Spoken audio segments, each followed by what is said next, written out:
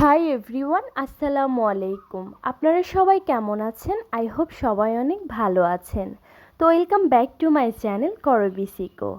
আজকে আমি আপনাদের সঙ্গে একটি স্পেশাল রেসিপি শেয়ার করছি। তো আজকে আমি আপনাদের সঙ্গে শেয়ার করব সহজভাবে একদম টক ঝাল মিষ্টি আমসত্ত্ব তৈরির রেসিপি।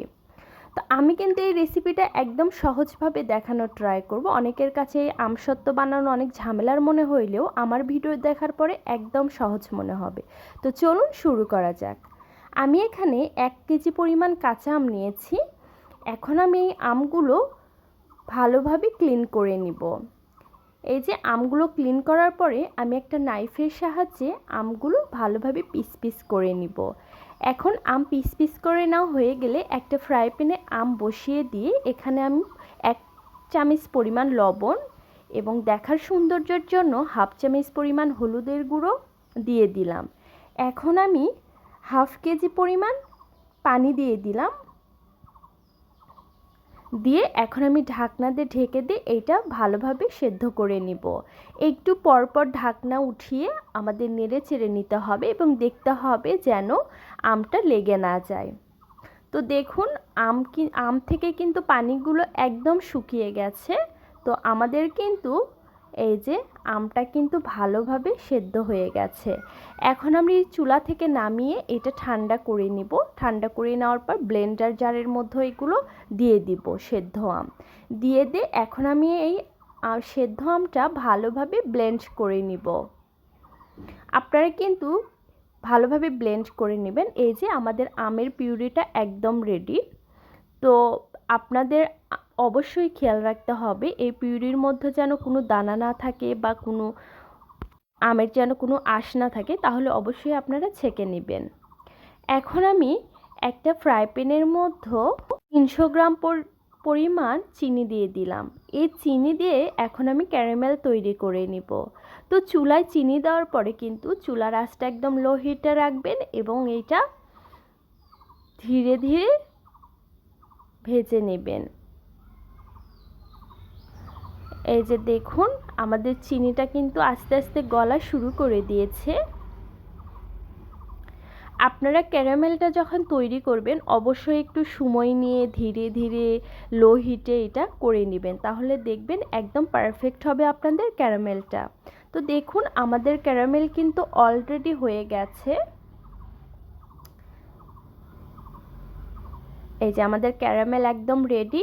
এখন আমি এর মধ্যে আমের পিউরিগুলো ঢেলে দিব।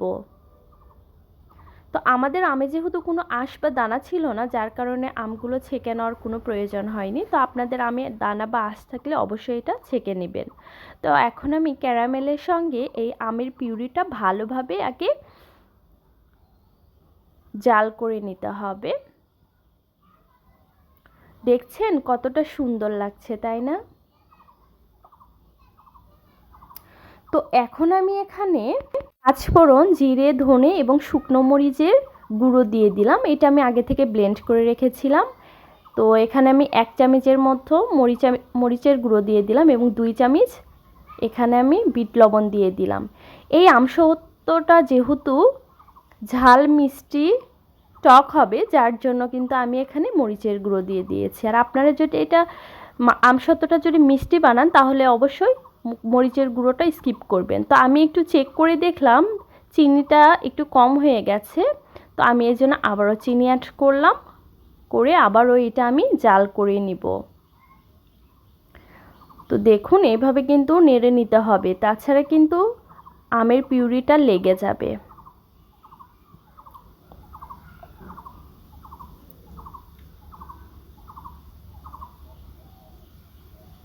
দেখুন তো আমি কিন্তু একটা স্প্যাচুলার সাহায্যে এটা চেক করতেছি হয়েছে কিনা। যখন একদম জোরে জোরে বলক আসবে 2-3টা, তখন এটা নামিয়ে নেবেন। এই যে দেখুন আমাদের কিন্তু এটা হয়ে গেছে। এখন আমরা এটা নামিয়ে নিব। এখন আমি যে ডিশে আমসত্ত্বটা বানাবো সেই ডিশে এখন আমি আগে থেকে তেল ব্রাশ করে নিয়েছি, আপনারাও তেল ব্রাশ করে নেবেন। এখন আমি এই আমের পিউরিটা এর মধ্যেও দিয়ে দিব। তো আপনারা খেয়াল রাখবেন অবশ্যই কিন্তু এটা পাতলা করে দিয়ে দিতে হবে এবং আমি দেখুন একটু ঝাঁকিয়ে নিয়ে ভালোভাবে চারোদিকেই এই পিউরিটা বসিয়ে নিচ্ছি। এই যে আজকে আমি ছাদে অনেক রোদ ছিল, যার জন্য আজকে আমি ছাদেই দিয়ে আসলাম। তো আমি 2টা রোদ দিয়ে দিব, তাহলে আমাদের আমসত্ত্বটা হয়ে যাবে। তো এই যে 2 দিন পরে দেখুন আমাদের আমসত্ত্বটা একদম পারফেক্ট হয়ে গেছে। দেখছেন কতটা সুন্দর লাগছে, তাই না? এখন আমি এই আমসত্ত্বটা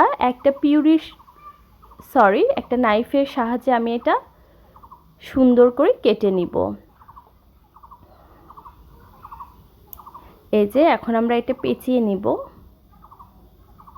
দেখুন এইটা আমি পেঁচিয়ে নেব। তো আমাদের কিন্তু আমসত্ত্বটা একদম রেডি। এই আমসত্ত্বগুলো একবার রোদে শুকিয়ে নিলে সারা বছর রোদ দেওয়ার কোনো রকম ঝামেলা নেই। চাইলে ঝটপট আপনিও এই আমসত্ত্বগুলো বাসায় বানাতে পারেন।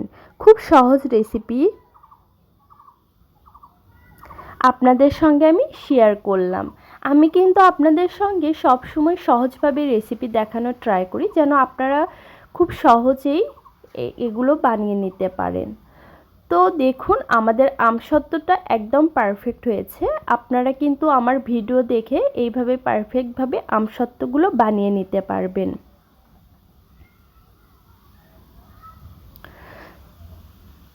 তো আশা করছি আমার এই আমসত্ত্বগুলো রেসিপি আপনাদের অনেক ভালো লেগেছে। তো আমার এই আমসত্ত্বর রেসিপি যদি আপনাদের ভালো লেগে থাকে তাহলে অবশ্যই আপনারা লাইক এবং সাবস্ক্রাইব করে দিবেন এবং আমার চ্যানেলের পাশে থাকবেন।